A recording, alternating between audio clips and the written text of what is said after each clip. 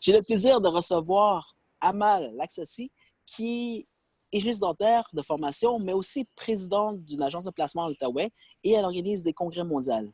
Amal, comment ça va? Oui, bonjour docteur. Merci beaucoup pour cette belle invitation. Bonjour tout le monde. Je suis certain que j'ai à peine effleuré la surface en vous présentant. Si vous voulez me faire le plaisir de vous présenter, s'il vous plaît. Alors, avec vous, Amal Laksasi, présidente et fondatrice de l'Agence dentaire de l'Outaouais. L'Agence dentaire, elle a été fondée en 2011 avec deux volets. Volet formation pour le dentiste et le personnel dentaire et le volet placement pour aussi dentistes et le personnel dentaire dans la région de l'Outaouais. Après 2011, ça a commencé à grandir, l'entreprise a commencé à grandir et en 2014, on a créé un autre volet, c'est le volet de l'organisation du congrès dentaire de l'Outaouais qui, cette année, il va être à sa 6e édition, le 20-21 novembre prochain au Palais des Congrès de Gatineau. Alors, j'ai résumé un petit peu les activités de l'agence. Et j'imagine qu'avec des congrès, ça ne doit pas être facile en temps de crise. Qu'est-ce qui se passe? Effectivement, l'événement du mois de novembre, on est en train de l'organiser comme s'il va avoir lieu. On garde espoir. Avec le comité, on veut vraiment garder son identité rassembleur, que c'est un événement qui rassemble les professionnels dentaires de partout du Québec et même de l'Ontario parce que c'est un événement en français. Puisqu'on est proche de Ottawa, ben, on a beaucoup de francophones, franco-ontariens en fait, qui traversent et qui viennent participer à notre événement.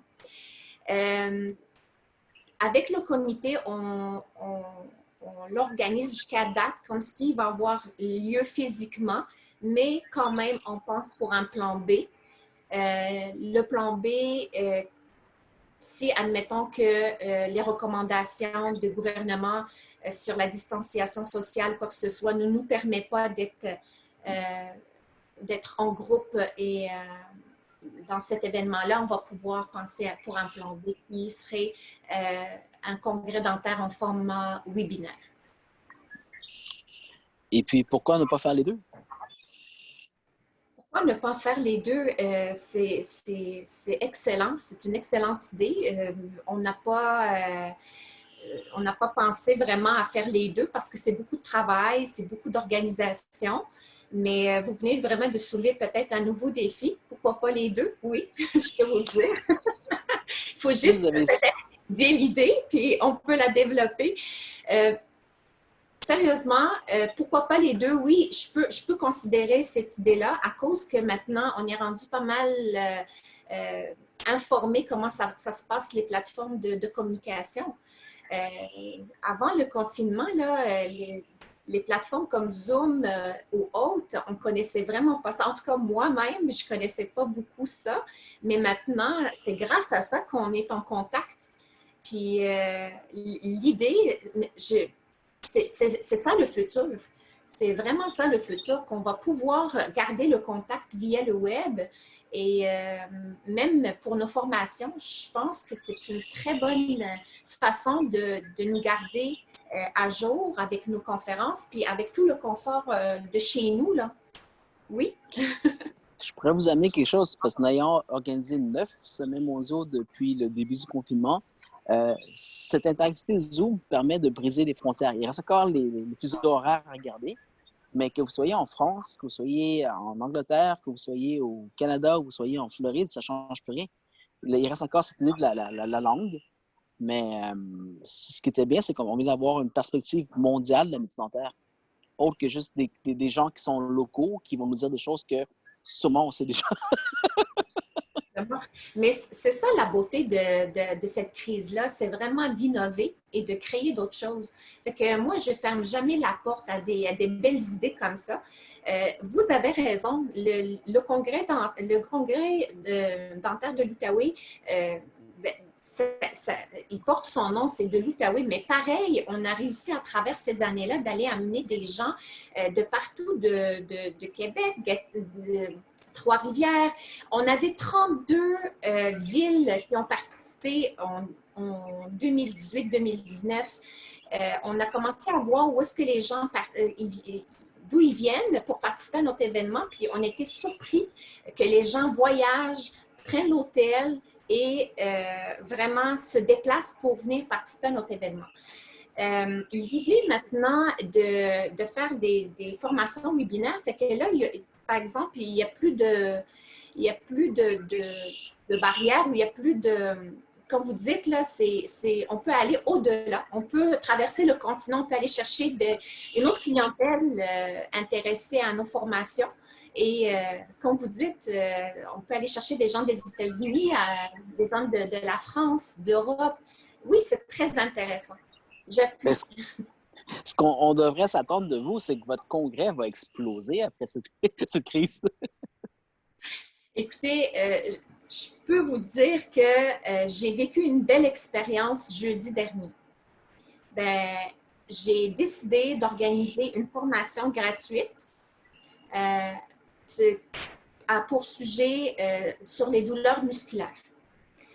J'avais invité 2 docteurs, deux chiropraticiens pour donner la formation. Je n'ai jamais pensé que j'allais atteindre ce nombre de participants. On était 1300 personnes en direct. Wow! En train d'écouter la formation des 2 docteurs. Puis le monde, ils étaient branchés. Tout le monde a vraiment adoré leur expérience. Et c'était pour moi vraiment nouveau. C'est pour ça que l'idée de faire un congrès webinaire, ça aussi, là, c'est une idée à développer, à préciser, mais puisque je suis un petit peu perfectionniste, j'aime faire les choses comme il faut. En fait, le comme il faut, il s'est redéfini dans la crise. Ce qu'on fait, c'est très comme il faut maintenant. C'est vrai. Avec les limites que ça impose, mais on a toujours eu des limites. Là, on va juste gérer d'autres limites. Oui, oui. Bien, on gère exactement, mais on est dans un domaine de professionnel, fait qu'on aime toujours faire les choses d'une façon très professionnelle. L'expérience que j'ai vécue jeudi dernier, ça m'a vraiment ouvert les yeux pour dire, oui, c'est possible, oui, on est capable de réunir beaucoup de gens pour écouter vraiment des formations intéressantes. Moi, je travaille beaucoup sur le contenu, sur la matière, sur vraiment ce qui va être divulgué. Et le fait que j'ai choisi un sujet qui touche toute l'équipe dentaire, tout le monde a des problèmes de dos, de douleurs musculaires, c'est que ça m'a permis d'aller joindre vraiment toute la communauté dentaire et c'était vraiment un succès. Regardez, je vous lance un défi. Puis, je suis connu pour être très wild dans mes entrevues. On prend toujours des pistes qui sont inexplorées. J'ai la chance d'avoir beaucoup d'amis, puis des bons amis. Et un de ses amis s'appelle Sylvain Guimont. Docteur Guimont, c'est celui qui a remis Mario Lemieux sur le jeu. C'est celui qui a remis Tiger Woods sur le jeu. Et ça faisait déjà un bout de temps qu'on parlait de dire on va l'amener chez la médecine dentaire. Il a accepté de faire des entrevues avec moi, mais voici le défi que je vous lance. Organisez-moi, alignez-moi 10 000 participants et je vais m'arranger pour lui forcer la main parce que là, on va amener à nos gens de la profession dentaire la personne qui a remis Mario Lemieux, Tiger Woods, et je les nomme tous, là, tous les grands noms du sport ont passé par lui pour donner son expertise. Et puis, je crois que, regardez, c'est le temps là, de gagner quelque chose de cette crise. On va s'en sortir plus grand. Mario Lemieux, mais là, vous me parlez de votre invité, comment il s'appelle déjà? Il s'appelle Dr Sylvain Guimont, pour le chercher. Il enseigne à McGill. Il est un docteur de la psychologie du sport et aussi des systèmes mécaniques. Donc, il y a 2 PhD en parallèle, mais des gens qui sont diplômés, il y en a beaucoup dans le domaine. Là, vous parlez de quelqu'un là, qui a des lettres de recommandation des plus grands noms de sport qu'on connaît. Puis, je savais Mario Lemieux. Tiger Woods, je l'ai appris quand j'étais dans sa salle d'attente, je regardais ses photos et je disais « Wow! » Et drôle à dire, pour quelqu'un qui a autant de contacts, il n'y a pas plus humble que lui. Il va rire, puis c'est drôle, on dit, à la fin de la journée, on prend du coke, on mange la poutine pareil. On est tous des gens Et c'est cette idée de congrès, quand c'est fait de façon virtuelle, oui, ça prend une organisation différente, mais c'est une organisation qui n'est pas nécessairement plus lourde que celle qu'on a sur le terrain. Et c'est ça qui est beau. Et je lance un défi. Alignez-moi 10 000 personnes. Il faut encore s'assurer c'est quoi son cachet, parce qu'il est très, très en demande. Mais on pourrait amener une super vedette, pas juste pour le glam de la vedette, mais pour quelqu'un qui dit si vous avez des mal de dos, là, voici comment ça se règle. C'est magnifique. Sérieusement, ça serait vraiment un beau défi. On regardera ça, docteur. Si vous voulez vraiment qu'on fasse quelque chose comme ça va me faire énormément plaisir de participer à ce beau projet-là, définitivement. Puis, à savoir, ce que je vous promets, c'est que je vais forcer la main. Je ne vais pas dire qu'il va dire oui. Mais tu vois, quand je force la main des gens, ils disent oui. Je comprends. Je comprends. Écoutez, moi, je suis prête à relever le défi. Puis, si le docteur aimerait participer avec nous à quelque chose comme ça, puis qui nous fait confiance, pourquoi pas, on va pouvoir faire de notre mieux.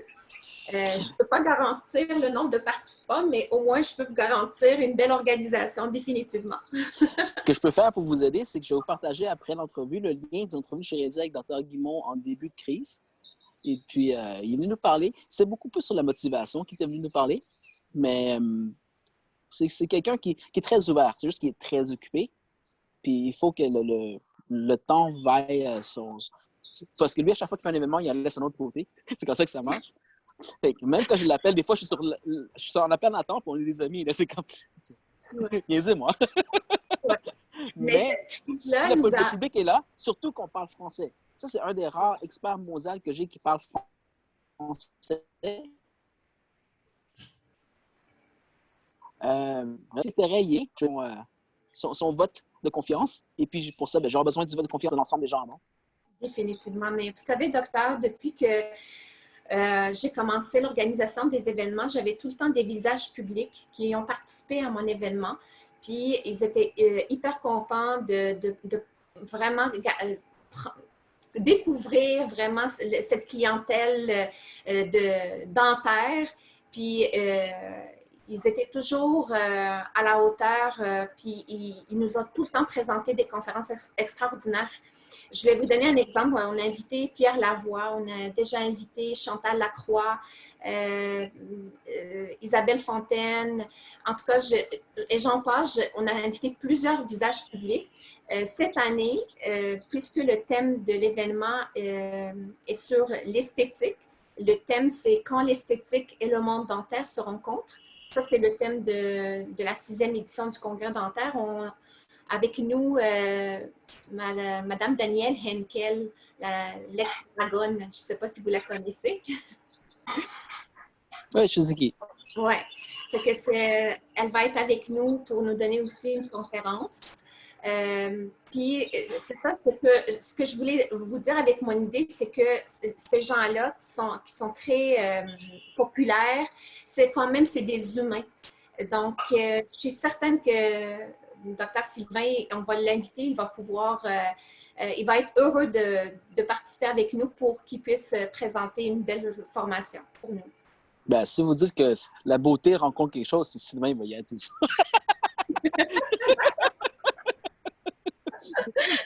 Sylvain, si tu les écoutes, j'ai parlé en ton nom. Je comprends.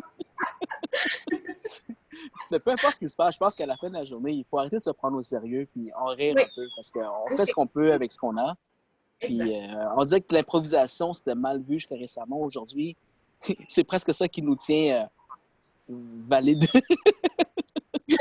Qui nous tient vraiment motivés. Oui, je peux croire. On a besoin de ça. On a besoin vraiment de réfléchir sur des nouvelles choses et d'essayer. On ne perd rien de toute façon. On ne perd rien. Il faut essayer, puis il ne faut pas lâcher. Il faut continuer.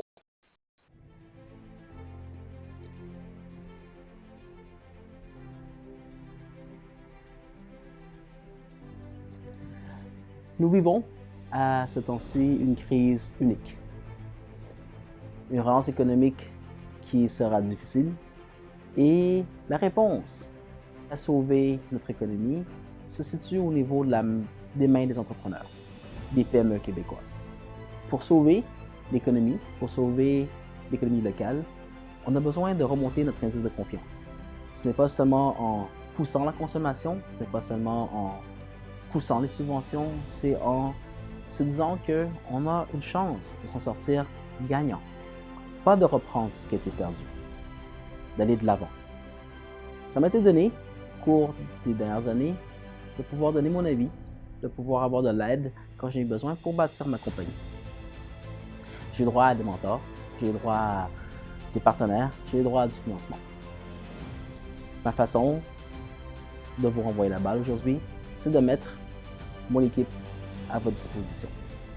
J'ai eu accès à changer les industries, à parler avec des leaders, à dialoguer avec des gens qui changent les industries. Ça m'a permis dernièrement de comprendre que si on veut aider notre économie locale au niveau qu'elle est actuellement, ce n'est pas en parlant avec des entreprises de 100 employés et plus qu'une différence peut se voir à l'immédiat. On m'a amené à comprendre que si je voulais avoir un résultat immédiat, notoire, sur une question de jours et de semaines, c'est au niveau de la PME, les entreprises de 5 employés et 10 employés moins. Pour quelle raison? C'est qu'une PME, lorsqu'elle va appliquer cette nouvelle façon de penser, ce nouvel savoir-faire, on risque de voir des résultats à l'heure, au jour. Les premières tentatives ne fonctionneront pas. Lorsque les choses se passent à l'heure ou au jour, on a encore le temps de s'ajuster. Le gouvernement nous a aidé de leur mieux à passer cette crise. C'était une première pour tout le monde. La volonté de notre gouvernement a été de profiter de ce temps pour nous préparer à la relance, pour nous former à nous relancer plus fort. Et c'est dans cette optique que je vous offre mon savoir-faire, ma façon de penser, mon équipe et aussi mon carnet d'adresses. Joignez le dialogue, on va essayer d'aider de notre mieux les PME québécoises à se réinventer, à s'ajuster, à s'améliorer, à accélérer à travers cette crise. On n'a pas toutes les réponses. Ce que je peux vous dire, c'est si on connaît les besoins, étant dans vos souliers, voici les gens à qui j'aurais posé la question. À travers cette crise, la solidarité a pris un sens différent, un sens renouvelé. Seul, même si on a gagné, il n'y a plus rien à fêter. À ce point-ci, c'est de s'en sortir tous ensemble, plus fort. Je vous invite à nous écrire en grand nombre, à nous partager vos inquiétudes, vos besoins et vos attentes. Ça va bien aller, tous ensemble. On va s'en sortir, on va aller vers l'avant. Je suis le Dr. Bach, bienvenue aux Alpha.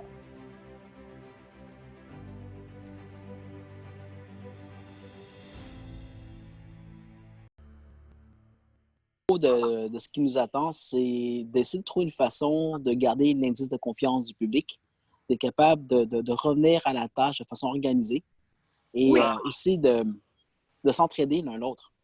Ça, c'est quelque chose qu'on dit, on partage beaucoup de formations, on partage beaucoup d'informations, mais l'entraide réelle n'existait pas réellement dans notre profession parce qu'on est toujours en train de trop occupé à essayer de prouver qu'on est meilleur que le voisin. Je crois que c'est temps pour nous de changer de vitesse. Je ne sais pas ce que vous en pensez. Effectivement, la crise, elle nous a montré qu'il faut sortir notre côté humain. Là, c'est vraiment le temps de partager, le temps de donner, le temps c'est le temps de la gratuité. Parce que ce n'est pas le temps maintenant de commencer à penser rentabilité ou penser d'aller de compétitionner qui que ce soit.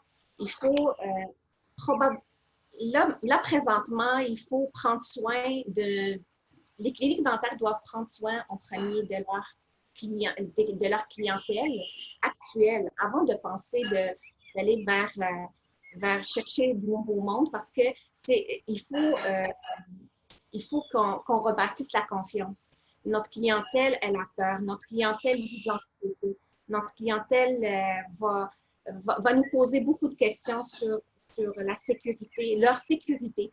Alors, c'est le temps maintenant, tout simplement, de sécuriser ces esprits-là, sécuriser aussi notre équipe, parce que, veut pas, le dentiste travaille au sein d'une équipe, puis toute cette équipe-là, que ce soit dentiste, assistante, hygiéniste, tout le monde est exposé à la COVID, à cette pandémie. Donc, il faut vraiment trouver les bons moyens pour rassurer tout ce monde-là, rassurer l'équipe, puis essayer de rassurer aussi notre clientèle.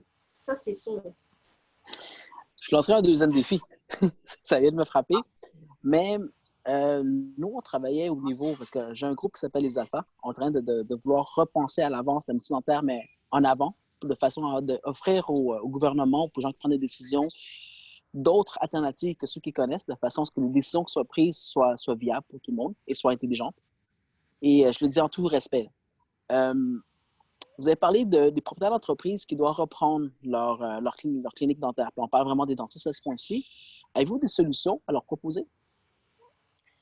Des solutions pour qu'ils reprennent leurs activités? Oui. Premièrement, on attend toujours les recommandations des ministères. Fait qu'on ne peut pas opérer sans avoir ça.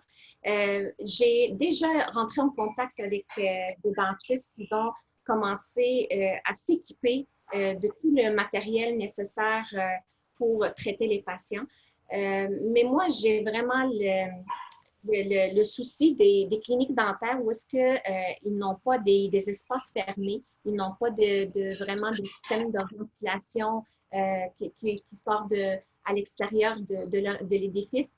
Ça, c'est vraiment des entrepreneurs qui doivent investir probablement quelques milliers de dollars pour rendre leur clinique dentaire conforme pour la nouvelle pratique. Moi, le seul conseil que je peux donner, c'est que on travaille pour la sécurité. On ne peut pas travailler avec un gros risque. Il faut quand même minimiser le risque, mais il y en a beaucoup qui sont courageux et qui veulent prendre le risque quand même de travailler dans cette pandémie-là. D'ailleurs, il y a des cliniques dentaires qui ont continué à opérer. Moi, je connais des cliniques dentaires jusqu'à date. Je connais une clinique dentaire qui est ouverte 5 jours semaine. Le docteur, il est là 5 jours semaine avec son équipe, attendre les appels d'urgence, puis il traite les urgences. Que d'autres cliniques dentaires, ils ont décidé de fermer leurs portes, puis de prendre les appels quand même seulement au téléphone, puis ils font des consultations téléphoniques. Mais on a d'autres qui vont décider quand même d'opérer dans cette crise-là. Fait que c'est vraiment, moi, je dirais que chaque clinique va trouver une façon conforme d'opérer et surtout, chaque clinique va trouver une façon d'assurer sa clientèle. J'ai même une clinique dentaire qui m'a dit, Amal, moi, je suis prêt à commencer le mois de juin. J'ai tout mon équipement, je suis prêt. Mon personnel, il est prêt. Puis même, ils voulaient que je les aide à trouver d'autres personnels pour qu'ils puissent combler le besoin. Mais est-ce qu'on va ouvrir en juin? On ne sait pas. On est vraiment dans l'incertitude. On est vraiment dans une période où on est certain de rien. Donc, on vit le jour, étape par étape. Et voilà. Voici ce que je vais vous donner, c'est que notre reach était beaucoup plus international à ce point-ci parce qu'on amenait beaucoup l'expérience qui se faisait d'un pays à l'autre. Et c'est ça qui a aidé beaucoup l'influence qu'on a auprès de ceux qui prennent les décisions. Mais on m'a reproché beaucoup de le faire en anglais. Mais seulement si je ne le faisais pas en anglais, j'étais pris au niveau local et mes amis en France ne sont pas si nombreux. Ils sont beaucoup plus aux États-Unis et dans le reste du monde. Il y a deux choses que j'aimerais faire avec vous, si vous le voulez, pour prendre le versant français de tout ça. Pour nos propriétaires de cliniques. Comment vous allez faire pour revenir? Je suis propriétaire de grosses cliniques au centre-ville de Montréal moi-même et on devait penser à quelque chose, de dire qu'est-ce qu'on peut faire pour que ça fonctionne bien. Il y a quelque chose, puis je vous invite à tout le monde de venir les regarder, ça s'appelle The Wallet Initiative. Le docteur s'appelle Paul Wallet, c'est un orthodontiste reconnu parmi les 100 meilleurs au monde et il vient de la Floride. Il a fait 10 ans auparavant, lorsqu'il a connu aux États-Unis la pire crise financière de son vivant. Finalement, il y en a un autre qui s'en vient. Il a trouvé une façon de sauver sa clinique. Et puis, dans le temps, si je ne me trompe pas, il y avait un réseau de 8 ou 10 cliniques. Fait que c'est des choses qui sont appliquées à grande échelle. Et pour nous, c'est notre avenir. Pour lui, c'est son passé. J'ai eu la chance qu'il nous partage tout ça. On l'a fait en anglais. On a ramené des choses pour être capable de l'organiser. Seulement sur le terrain du Québec et le terrain francophone, souvent la barrière de la langue crée encore pas cette résistance, mais c'est-à-dire que le message ne passe pas.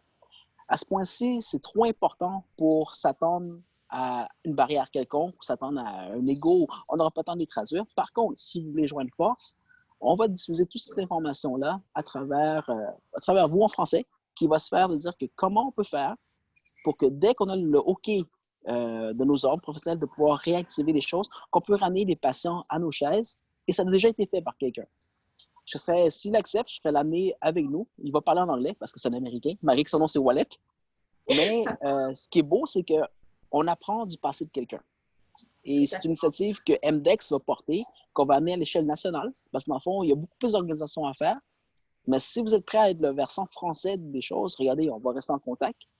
Et ça, c'est pour une première initiative. Qu'est-ce que vous en pensez?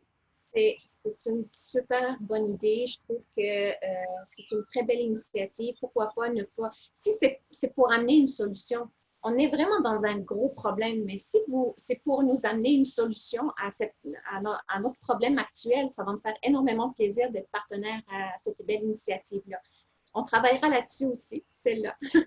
Je vais vous donner un peu les vouchings que l'initiative a reçus. J'ai encore la chance d'avoir beaucoup de bons amis. Puis quand je t'appelle, c'est pas cool de me dire non. J'ai quelqu'un qui s'appelle Titran. Il a dirigé l'arrivée de TELUS au niveau marketing au Canada. C'est-à-dire que quand Clearnet avait commencé dans les années de 2000, comme étant une nouvelle compagnie de télécommunications au Canada, puis 3 ans plus tard, il est devenu la 3e plus grand nom au pays. L'homme qui a dirigé le marketing de ça s'appelle Titran. Et on a fait passer à travers lui le plan du docteur Wallet. Et selon lui, c'est un génie pur et ça ne peut pas se faire en d'autres conditions que ceux qu'on connaît. Donc, même les experts de marketing se sont prononcés en faveur. MDEX, on avait beaucoup de travail. Je dis MDEX parce que c'est pas juste moi, j'ai toute une organisation derrière moi. On voyait à ce point-ci à attacher aussi toute la mécanique qui devait se faire parce que oui, il y a un plan, oui, c'est beau. Par contre, si on n'a pas une organisation, on ne sera jamais un groupe qui parle à une population. Parce que dans le fond, il ne faut pas avoir que chacun ait son petit message. On est en train de regarder avec les plus grandes têtes de philanthropie du pays pour trouver un plan qui soit actif à long terme. C'est-à-dire que lorsqu'on rentre ici, vous n'aurez pas juste un plan puis une idée appliquée, puis chacun repart avec un petit bout d'ADN pour essayer de le répliquer. Là. Non, on va essayer de se coordonner, de dire que ça peut servir à tout le monde, mais si vous marchez, voici l'initiative qui est prise en place et ça peut servir à tout le monde. Surtout que Dr. Wett est un bon ami présent. Je l'ai connu à travers Internet. Maintenant, c'est un bon ami, on s'appelle à tous les jours. Je ne suis pas mal sûr qu'il va être prêt à venir nous parler, au moins dans un congrès, de dire voici comment ça se fait, puis voici mon expérience, puis vous pouvez poser des questions. Mais ça peut servir le public francophone que vous servez au niveau du Québec. Je crois que c'est le temps ou jamais que tous ceux qui sont actifs se joignent puis se partagent leurs ressources. Définitivement, c'est ça la force et la beauté de la technologie. C'est vraiment qu'on est capable de maintenant de se réunir avec toutes les plateformes de communication comme ça. Oui, je suis vraiment partante vers des beaux projets comme ça. Vous n'avez que des beaux projets, docteur, je trouve. Fallait pas me garder chez moi. Pour tous ceux qui nous écoutent, qui aimeraient connaître davantage des choses, la plupart des choses sont en anglais, mais ils peuvent aller sur Spotify, chercher Dr. Back Nguyen ou chercher des alphas. On est aussi sur tous les réseaux sociaux, mais vous allez avoir entrevue sur entrevue, chaque chose qui s'est fait, qu'est-ce qui a mené d'un congrès à un autre. Et puis, c'est très facile à suivre. À la fin de la journée, je reste un docteur. Fait, je suis très catégorique dans ma classification. Ça, c'était une première chose. Vous avez mentionné beaucoup l'inquiétude de revenir au travail et dans quelles conditions. Il y a un leader du Québec que j'aimerais vous présenter. Il s'appelle Dr. Éric Lacoste. C'est un dentiste au fond des procès de l'Ordre du Québec. Et c'est un spécialiste. Aussi un très bon ami que je me suis fait en temps de crise. Et lui a voué une initiative pour essayer de comprendre quelles seraient les meilleures conditions possibles pour essayer de revenir travailler sans avoir un fardeau supplémentaire non prouvé. Et le mot non prouvé est très important parce qu'en temps de peur, on peut faire beaucoup de choses qui peut être réaliste ou non, mais on dit on ne prend pas de risque. Mais ça risque de tuer beaucoup d'entreprises, dont la médecine dentaire. Et puis, Dr. Lacoste a aussi ses propres contacts, a voué à dire je vais m'assurer que ce que je vais faire, moi, pour revenir au travail va être respectueux des normes, mais qui ne soit pas exagéré par la peur. Il va vous partager tout ça. Et encore une fois, on le faisait en anglais. Si vous voulez être le versant francophone, et Dr. Lacoste parle français, il aimerait juste se parler en français, ça peut avancer. Les deux initiatives que je viens de vous annoncer, le plus gros groupe sur Facebook au niveau des achats locaux, il y a 230 000 membres, il y a 2 000 membres qui s'ajoutent par jour. On est en association avec eux, puis on est très, très près. Tout ce qui va se faire vous offre la nouvelle plateforme sur laquelle vous allez pouvoir apparaître. Le nombre de vues est spectaculaire. Seulement, ce n'est pas juste des dentistes. Mais je crois que pour notre profession, c'est le temps de briser ces murs. C'est le temps d'être transparent. C'est le temps de montrer aux gens qu'on n'est pas parfait, mais qu'on fait les choses comme on peut sur le terrain. Et c'est dans le respect du public. Si vous êtes prêts, voici les ressources que j'ai. Voici ceux que je vous offre à nous joindre. Et puis, vous avez poussé ce côté francophone de nos initiatives. Tout à fait. Mais on a parlé de la peur. Définitivement que la crise nous a amené beaucoup de peur, beaucoup d'inquiétude. Et ça, c'est humain, c'est normal, mais il faut quand même qu'on garde espoir. Il faut quand même qu'on voit la lumière au bout du tunnel quand même, parce que nourrir sa peur, ça nous fait juste rester figé à notre place. Fait que moi, c'est sûr et certain que s'il y a de la matière qui peut vraiment aider les gens à sortir de à s'en sortir et garder un bon mindset, c'est sûr et certain, je serais ravie de faire partie d'organiser quelque chose pour la communauté dentaire, définitivement. Vous venez de donner la clé. Notre ennemi, présentement, ce n'est plus le virus, ça va être la peur. Donc, si on arrive à s'allier contre la peur, on va sortir d'ici, je crois, plus fort et gagnant. Et on ne s'était pas arrangé avec la personne des vues. Elle vient de le dire, puis pour votre information, allez fouiller mes vidéos. Ça fait 2 mois que je dis que la peur va être notre plus grand ennemi. Si on est capable de s'allier contre la peur, contre l'ignorance, contre l'intolérance, on va pouvoir s'en tirer. Définitivement, définitivement. Il faut quand même évaluer cette peur-là. Il faut pas juste le cacher puis la garder. Il faut vraiment discuter. Il faut sortir cette anxiété-là qu'on vit. Il faut la mettre face à nous puis l'analyser pour pouvoir dire, bon, est-ce que vraiment je vais rester dans cette peur-là puis je vais juste me cacher puis m'arrêter, ou tout simplement, je vais vraiment fonctionner avec ma peur, mais avec précaution, je vais pouvoir quand même vivre et sortir à l'extérieur et continuer vraiment à faire ce que j'ai à faire. Donc, effectivement, la peur, c'est vraiment un sentiment, d'ailleurs, inné en nous. C'est correct qu'on a peur. C'est correct. On veut se protéger. Ça, c'est l'être humain. C'est la survie. Mais quand même, notre cerveau, il est fait pour vaincre la peur, puis de dire, on est capable quand même de fonctionner avec ce qu'on a comme menaçant. Puis surtout que notre menace présentement, c'est un ennemi invisible, on ne le voit pas. C'est vraiment, une peur qu'elle va rester. On dit jusqu'à tant qu'on trouve un vaccin. Je souhaite de tout mon cœur qu'on va trouver un vaccin avant la fin d'année pour pouvoir vraiment dire c'est fini, cette maladie-là va vivre avec nous. De toute façon, c'est ce qu'on entend, que la maladie va rester là. Elle va vivre avec nous. Mais au moins, on va avoir à vivre avec les médicaments ou le vaccin qui va sortir, définitivement. Le premier vaccin que je vais vous proposer à tous, c'est l'ouverture.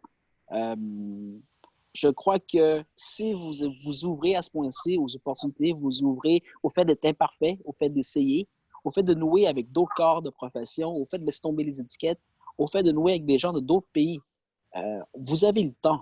S'il y en a une chose qu'on a reçue comme cadeau, c'est que vous avez le temps aujourd'hui. Votre premier vaccin s'appelle l'ouverture. Et à l'ouverture, vous allez voir à quel point le virus redevient petit.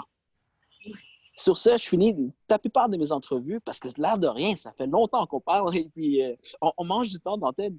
Amal, quel serait votre espoir pour l'avenir de notre profession? L'espoir, ça c'est un... Je porte le nom espoir. En fait, Amal, ça veut dire espoir. Wow! Pas arrangé que le début. Moi, je vous dis que je garde toujours espoir. On a passé à travers l'humanité, elle a passé à travers d'autres crises aussi pénibles, mais l'humanité, elle a réussi quand même de passer à travers tout ça.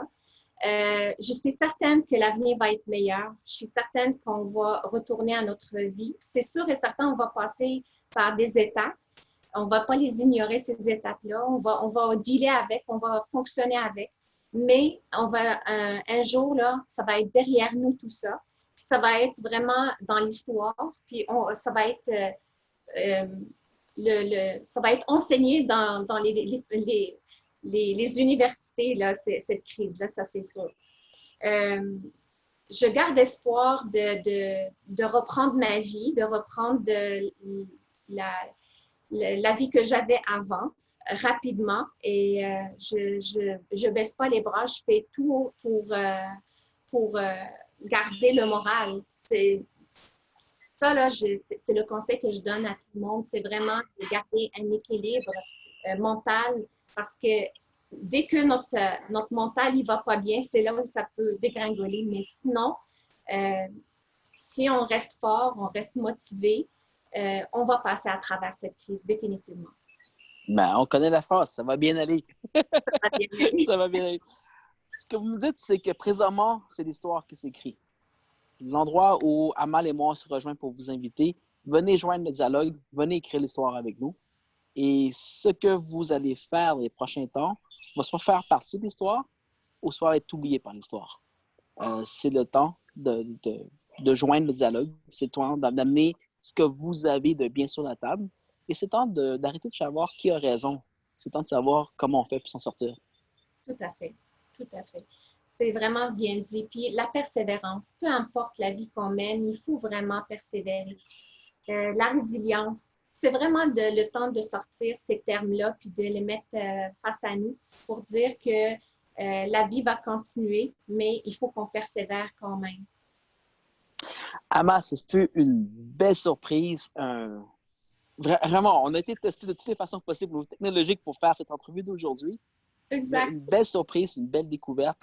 Merci d'être ce que vous êtes. Merci de poursuivre à porter l'espoir par votre nom, mais aussi par vos actions sur l'ensemble de la population. Et puis, j'espère que ce n'est juste qu'un début. Exactement. Puis très heureuse d'être avec vous ce matin. Je suis vraiment contente de cette belle entrevue, contente de vous connaître aussi, là. Puis contente qu'on va collaborer ensemble dans le futur. Merci beaucoup et à la maison, joignez.